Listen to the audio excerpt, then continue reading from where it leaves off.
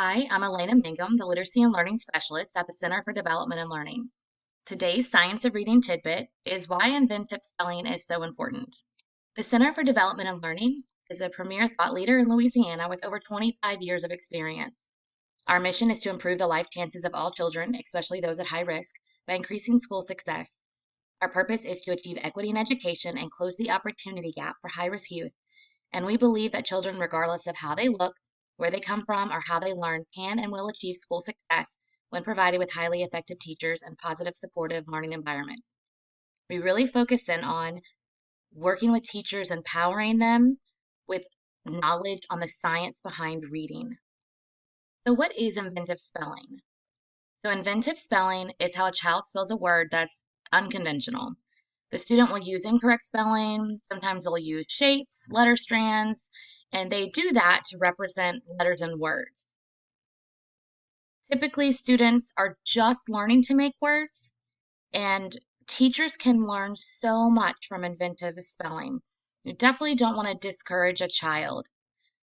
There are curriculums out there, and I'm telling you this because I have seen it, that promote in kindergarten a child to make squiggly lines or magic lines if they don't know how to spell a word. I would highly suggest and frown upon that, again, because you can learn so much as an educator, and we want students to go through this process. So if we look at this sample of inventive spelling, this is typical that what you would see in a first grade classroom. I saw this many times. And the sentence is, my dog is black. He is fuzzy. I love him. His name is Otis. So I see through this writing sample that this child is really strong in their beginning and ending sounds. You'll see they need to work, though, on their vowels. I love that they're able to make a complete sentence, and even noticing that they did a capital letter and uppercase for Otis for a proper noun. So there's a way that teachers can take all of this information from students' inventive spelling and kind of group their students on needs and take a needs assessment. There are 5 stages of spelling development. You start off with pre-communicative, semi-phonetic, phonetic, transitional, and conventional. We're going to really talk about pre-communicative today. Through some research online, you'll see that they say that the ages are between 2 and 4, or ages 3 and 5. This is where a child will pretend to write. They will imitate writing. I remember wanting a checkbook or a grade book so I could write and do cursive writing and write checks out to people. And that's kind of where that stage is, that pretend writing, that imitating of writing. They can make random letters, random symbols, and random shapes. So I want you to look at this document so you can see what you can learn from inventive spelling. This is from Teaching Strategies Gold. I'm sure many of you are familiar with this. And this is part of the rubric Objective 19 that demonstrates emergent writing skills. Levels 1 to 3 are typical for students entering pre-K. The blue line is where pre-K should be by the end of the year. You'll see there still is a range. And the purple line is appropriate for kindergarten students. So you'll see a student coming in with emergent writing skills and that inventive spelling. Sometimes we'll just scribble, and it makes no sense to adults. Then they're going to move and start realizing as they look through and notice books in their classroom, environmental print, words on their food, or signs as they're driven around with their parents. They're going to notice and try to make lines more linear. They're going to move into a stage where they're going to have mock letters or letter-like forms. This is where they'll start noticing that letters have straight lines or curved lines, and they are going to try to make it look more like writing. A lot of times, students will show you their work and they're excited about their writing, but they might say, "What did I write?" And the great thing about that is students are starting to understand that their writing has meaning.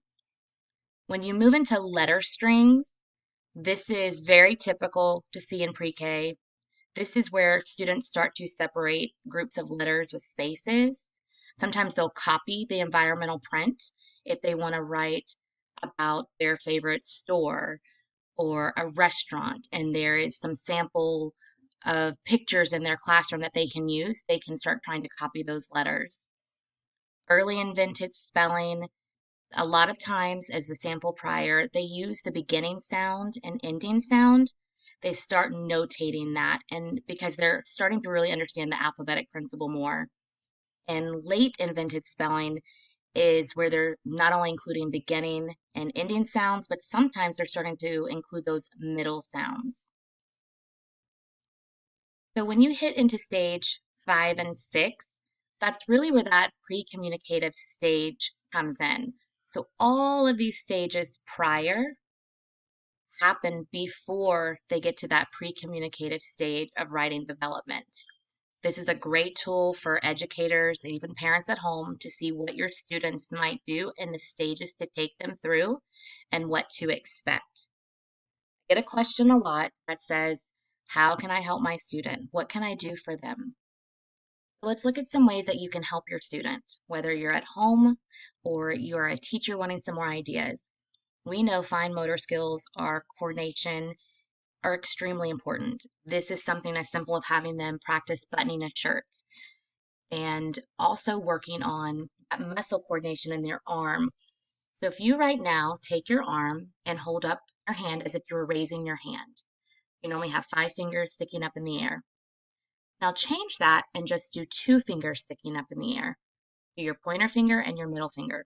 You can instantly feel the muscle in your arm, your forearm, tighten. That's strengthening your coordination muscles for those fine motor skills. My son, my middle son, Brady, is going to be going into pre-K. He's 4 years old, and that's something that we work on. If I have him working on reading a book or pretending to read a book at the stage or working on some things at home with me, if he's pointing to something, I even have him, instead of pointing with 1 finger, pointing with 2 to strengthen that forearm muscle for fine motor skills. Also, working with your student, doing anything from left to right. That's going to support them when they're reading and when they're writing. The alphabet, really working on singing the alphabet and understanding that every letter has a place. This is a picture of my son's wall. Those letters I bought at Target a few weeks ago, and they are placed in the order of the song. So when he takes his 2 pointer fingers to sing, he can make sure that every time he sings a song, he is tapping a letter. So for instance, A, B, C, D, E, F, G. There's a natural break after that. Then we move to the next line. H, I, J, K. The next line is super important because we know they just run through those letters.